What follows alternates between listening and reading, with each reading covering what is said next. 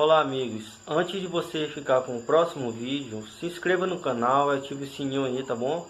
Quem puder comentar também sobre o vídeo, né, dar uma dica aí para melhorar o canal, a gente agradece, ok? Então você vai ficar atualizado e por dentro dos concursos do estado do Amazonas, né? E alguns de nível nacional também que abrem vaga para cá, tá bom? Valeu e até a próxima, fique com o vídeo. Gente, voltando aí às questões específicas para assistente de alunos do Instituto Federal para o concurso agora 2019, né? Vamos resolver algumas questões aí de prova da área específica. No que se refere às relações humanas, assinale a alternativa correta. A linguagem verbal que consiste na comunicação realizada por meio de palavras pode ocorrer apenas na forma oral, não ocorrendo na modalidade escrita. B. No estilo passivo, a pessoa prefere se submeter aos outros, a fazê-los se curvar ou mudar de opinião, valorizando sua posição.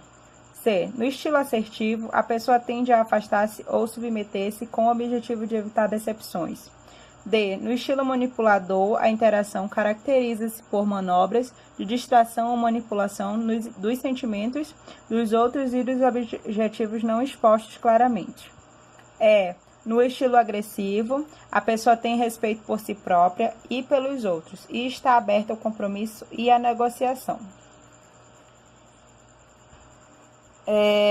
Bom, na verdade, no caso aí é a alternativa incorreta, né? Está escrito errado, mas é a alternativa incorreta.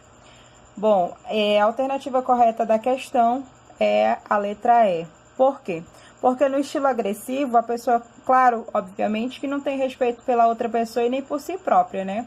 E nem muito menos vai estar aberta aí ao compromisso e à negociação. Então, a alternativa incorreta é esta daí. 2. A comunicação é importante no relacionamento entre as pessoas e na explicação aos participantes das razões das orientações tomadas. Os subordinados devem receber continuamente dos superiores um fluxo de comunicações capaz de suprir-lhes as necessidades. Já os superiores devem receber dos subordinados um fluxo de comunicações capaz de lhe fornecer a ideia adequada, né, do que está acontecendo. Em qual tipo de organização formal as comunicações entre os órgãos ou cargos da organização são efetuadas diretamente, sem necessidade de intermediação, mais rápidas e menos sujeitas a distorções de transmissão, sendo inclusive uma de suas vantagens o fato de permitir contatos diretos entre os órgãos ou cargos interessados, sem necessidade de seguir os canais formais e indiretos de comunicação. Então, gente, aí é no nível hierárquico, né? Porque, como a gente sabe, dentro de um ambiente de trabalho, né, a gente aí vai ter o gestor, nós vamos ter aí o gerente, o subgerente, e por aí vai. Então, quando você delega funções, então, geralmente, os gestores, eles delegam funções para os subordinados. E a questão, ela vem deixando claro, né, esse relacionamento entre essas pessoas e esses participantes aí, para com que essas orientações sejam tomadas.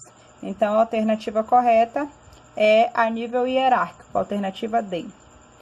Bom, como a gente sabe, aí a sala de aula é um dos espaços na formação profissional, né, universitária, e ao refletir sobre esse espaço, com um assistente de estudantes, que no caso é de alunos, né, pode ser também referido como estudantes, o professor fez as seguintes afirmações. 1. A sala de aula no formato tradicional é o espaço mais importante da formação. 2. A sala de aula deve ser organizada de forma a garantir as relações da natureza pedagógica que envolvam um trabalho colaborativo entre os estudantes. 3. A sala de aula deve integrar-se com outros espaços internos e externos da instituição universitária na formação dos profissionais. Ou 4. A sala de aula é um espaço que deve garantir a homogeneização das atividades. Tempinho para vocês pensarem.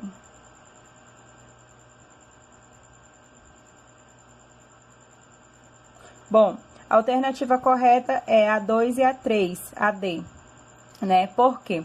A sala de aula ela deve ser organizada de forma a garantir as relações de natureza pedagógica que envolvam um trabalho colaborativo entre os estudantes E 3, a sala de aula deve integrar-se com outros espaços internos e externos da instituição universitária na formação dos profissionais.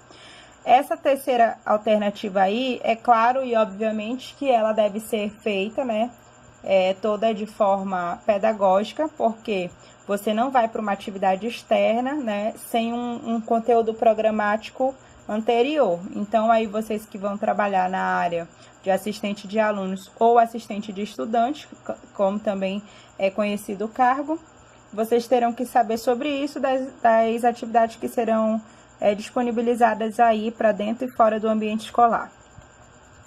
Questão 4. A atividade do assistente de estudantes exige uma comunicação pedagógica e interações com outros atores da instituição educativa. A comunicação é uma forma de interação humana e atividades laborais dentro de determinados sistemas de relações. Responda a seguir.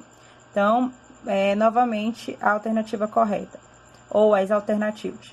Nos modelos clássicos da comunicação, alguns de seus elementos são emissor, codificação, canal, decodificação e receptor. 2. A comunicação é essencialmente um processo de transmissão de informação.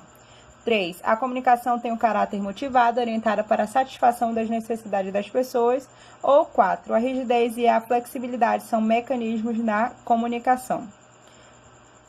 Tempinho para vocês responderem. Vamos às alternativas que não é. A rigidez, ela faz parte ele fala dos dois extremos, tanto a rigidez quanto a flexibilidade. Então, a rigidez não pode estar ligada à flexibilidade, para serem mecanismos de comunicação. A alternativa correta é a A1 e a 3. Né? Então, nos modelos clássicos de comunicação, a gente vai ter aí um emissor, uma codificação, um canal, uma decodificação, um receptor. E algumas vezes a gente só tem o receptor e o emissor, mas a maioria das vezes a gente vai ter todo esse processo aí na comunicação. E a 3, a comunicação, ela tem caráter motivado, ela é orientada geralmente para a satisfação das necessidades humanas, né? Para as necessidades de algumas pessoas aí, ou de algumas instituições. Quinta, a formação de atitudes e valores no contexto da formação universitária deve ser considerada como uma das finalidades da educação superior. Então, o assistente de alunos deve ter, dentre outras, uma preocupação. Então, responda aí às seguintes afirmativas. As atitudes são complexas, pois envolvem tanto os conhecimentos quanto os afetos, sentimentos e preferências e condutas. 2. Os valores orientam as ações. 3. A formação de atitude deve ser o objeto de ensino em uma ou duas disciplinas específicas do currículo. 4. A informação é o elemento mais importante e é o suficiente na formação de valores. Tempinho para responder.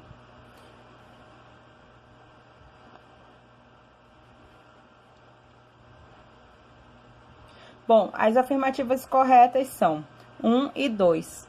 As atitudes são complexas, pois envolve tanto os conhecimentos quanto os afetos, sentimentos e preferências e condutas, né? Então, essa é uma questão bem completa, né? A gente vai ter aí uma leva de sentimentos e preferências e condutas. Porém, a gente não pode deixar que o nosso psicológico interfira nessas relações aí no nosso ambiente de trabalho.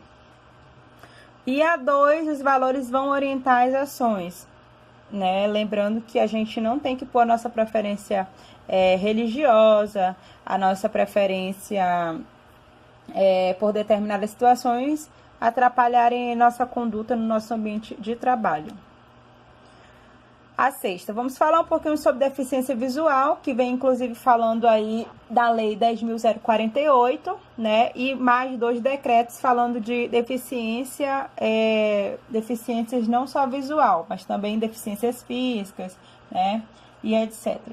A deficiência visual para fins educacionais é considerada a perda total ou parcial, congênita ou adquirida da visão, variando de acordo com o nível e a acuidade visual. Considere as afirmações a seguir em relação à atenção a estudante com esse tipo de necessidade especial. Então, aí a questão ela deixa clara que vocês terão que saber que tipo de atenção vocês têm que dar a estudante com esse tipo de necessidade. Vocês devem dar uma atenção especial ou vocês devem tratar todos iguais, né? Como preconiza a lei. Primeira alternativa. Os estudantes com deficiências visuais podem ser considerados em iguais condições educacionais em relação aos demais estudantes. 2. O uso de palavras relacionadas com a visão não é adequado na presença de estudantes com deficiência. As palavras aqui, ali, aí devem ser usadas com toda a naturalidade com os estudantes com deficiência. É importante que os professores e assistentes de alunos tenham conhecimento acerca do tipo de deficiência visual e das implicações que ela acarreta. Então, tempem para que vocês possam pensar em responder essa alternativa.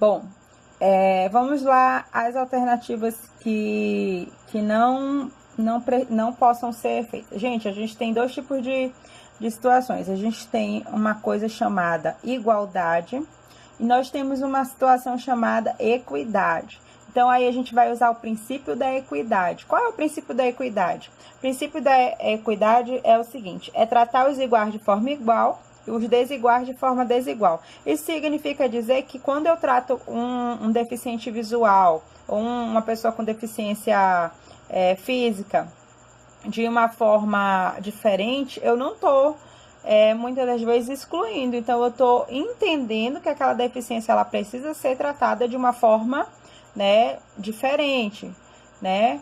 Então, os estudantes com deficiência visual podem ser considerados em iguais condições educacionais em relação aos demais. Sim, podem ser considerados. Porém, a gente tem que dar uma atenção especial. O uso de palavras relacionadas com a visão não é adequado na presença de estudantes. Não é adequado, porque aí você, utilizando palavras que liguem a deficiência visual dessa pessoa, você vai estar tratando com diferença. Então, a primeira alternativa, a número 1 é a correta, a 2 é falsa.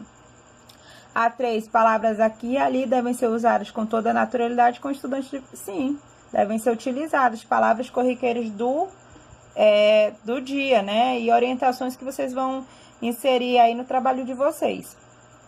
É importante que os professores e assistentes de alunos tenham conhecimento acerca do tipo de deficiência visual dos estudantes e das implicações que ela acarreta. Sim, porque tem gente que tem glaucoma, e glaucoma, não sei se vocês sabem, mas as pessoas vão perdendo a visão, paulatinamente. 7ª. A Lei 9394/96, a LDB, estabelece as diretrizes e as bases da educação nacional, né? Essa lei aí, ela, como vocês já sabem, ela vai estabelecer aí algumas diretrizes. Então, segundo essa lei, a educação superior tem dentre suas finalidades: a. Promover essencialmente a extensão universitária limitada à população mais carente a população mais carente. B. Formar diplomados nas diferentes áreas de conhecimento aptos para participar do desenvolvimento global. C. Suscitar em todos os cidadãos o desejo permanente pelos estudos em níveis de pós-graduação. D. Estimular a criação cultural e o desenvolvimento espírito científico e do pensamento reflexivo. Bom, a alternativa correta é a D, né? A ela não é, porque a extensão universitária ela não é limitada somente à população carente. Claro, a gente tem algumas formas de acesso à universidade com cotas, né, para a população carente, para a população dos negros, para a população dos pardos, né? Não é para formar só diplomados nas diferentes áreas, porque a gente sabe que todo o egresso pode ser inserido. Não é suscitar somente cidadãos com desejo permanente pelos estudos no nível de pós-graduação, porque a gente sabe que a gente tem um nível de graduação aí, para a inserção dessas pessoas. Então, é a D, estimular a criação cultural e o desenvolvimento do espírito científico e do pensamento reflexivo.